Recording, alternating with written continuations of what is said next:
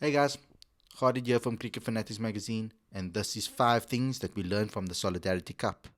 Number 1, AB de Villiers is back. Besides the fact that he scored 61 off 24 balls, it was the manner in which he went about his business. He found the gaps with ease. I know it was a reduced field, but he could find the gaps with ease. He was so free flowing. He was able to manipulate the ball in positions that I couldn't fathom myself. It really looked great to see AB in his element. Now, I don't know what this means for South African cricket. I don't know if this means that CSA are going to offer him an opportunity to come play for us in the next World Cup, whenever that World Cup might be.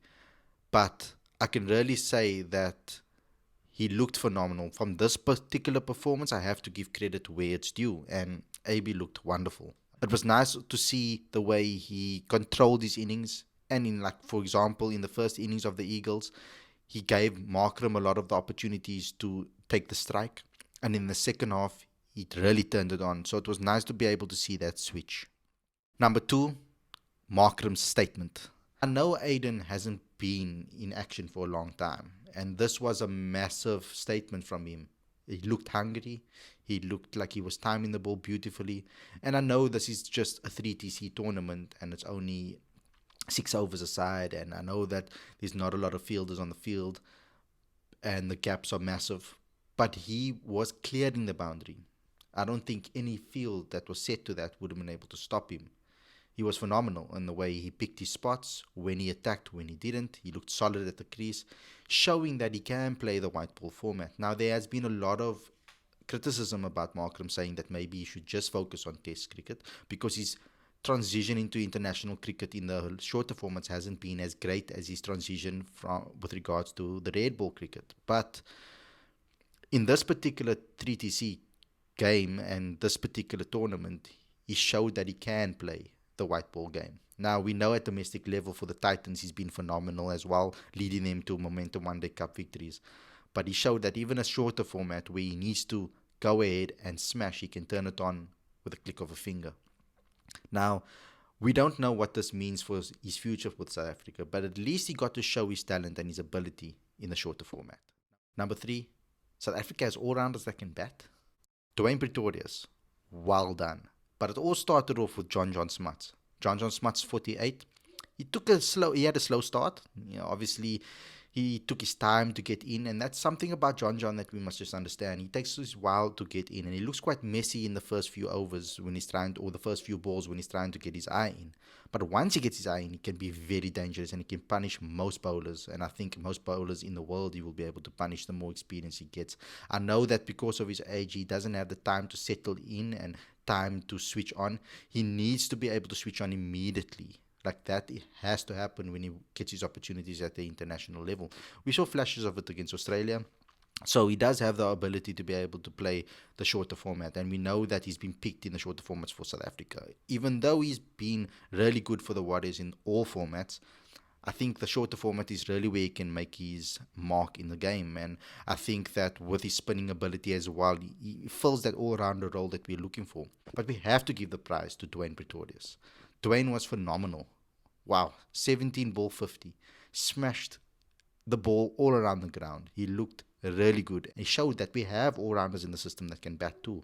It's not just bowling all-rounders. And Dwayne has been one of the top batting all-rounders that the country has. And maybe this is another opportunity for him to show what his worth is and that he can be the number one all-rounder in South Africa maybe. That is an opportunity for him, but I think that he really showed his intent and showed his talent during this match. Number 4, the youngsters and the newbies show their talent. Now, this was a very important factor for me.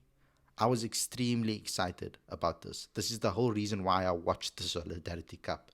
Yes, I was intrigued by the new format and how it works, but also because it was an opportunity for me to see youngsters and guys that haven't really had an opportunity at an international level showcase their talent. Guys like Linton Stearman, phenomenal. I've been watching him for a while in domestic cricket, and he's really been taking wickets on a regular basis for the Warriors. One of their top bowlers at the moment, especially in the absence of Andrew Birch, etc. Now that he's retired. So Glenton Stearman was phenomenal in this game, showing that he can do the shorter format as well. And maybe the T20 format is somewhere where he can really make a name for himself and show that he can bowl a few Yorkers. Because, I mean, that in-swinging Yorker that he delivered was unbelievable. I really want to see more of him, and I hope that Graham Smith and all the higher powers that were at this tournament will give Glenton a chance in the future. Another thing that I was really excited about was the fact that I got to see Gerald Coetzee and Thando Ntini also bowl, and bat for that matter, because a lot of people don't know that they're batsmen as well. What was great to see is that these youngsters were trying to do new things, that they're learning new skills. For example, they're trying to bowl in-swinging Yorkers and Yorkers more regularly. Yes, they got it off the mark. I mean, there was one wide Yorker that Gerald got a little bit off the mark and went wide, but at least they're showing their intent that that is a skill that they're trying to add into their arsenals. Well done to Cricket South Africa for getting these youngsters in the game. It was also nice to see the likes of Kyle Verreynne, nice to see the likes of Bjorn Fortuin. Bjorn also showing his ability with a ball to be able to bowl a spinning Yorker. Have you ever seen that? And a lot of people say that South Africans don't bowl Yorkers, but Bjorn Fortuin with a spinning Yorker was unbelievable. So well done to Cricket South Africa for giving the new talent and new faces a chance. Number 5, CSA Supports BLM. Now, this was a massive statement from Cricket South Africa. Besides the fact that white cricketers came out throughout the week in support of Lungi Ngidi and in support of the Black Lives Matter movement, it was so amazing to see everybody take a knee. From Francois Pienaar to Graham Smith to Lungi Ngidi to Andile Pechlikwaya to Kyle Verreynne to all of the young cricketers out there and all the senior cricketers and everybody that was involved with this game taking a knee in solidarity. This was a massive statement by Cricket South Africa, especially because of the amount of criticism that this movement and the support to this movement has had over the last couple of months. But it's a good intent from Cricket South Africa to show where they stand with regard to this powerful movement. These are the 5 things that we learned from the Solidarity Cup, but this platform is also about you, so put your thoughts in the comment section below. Don't forget to click subscribe, like this video, share it with all your friends. Click that notification bell as well. Thanks for watching.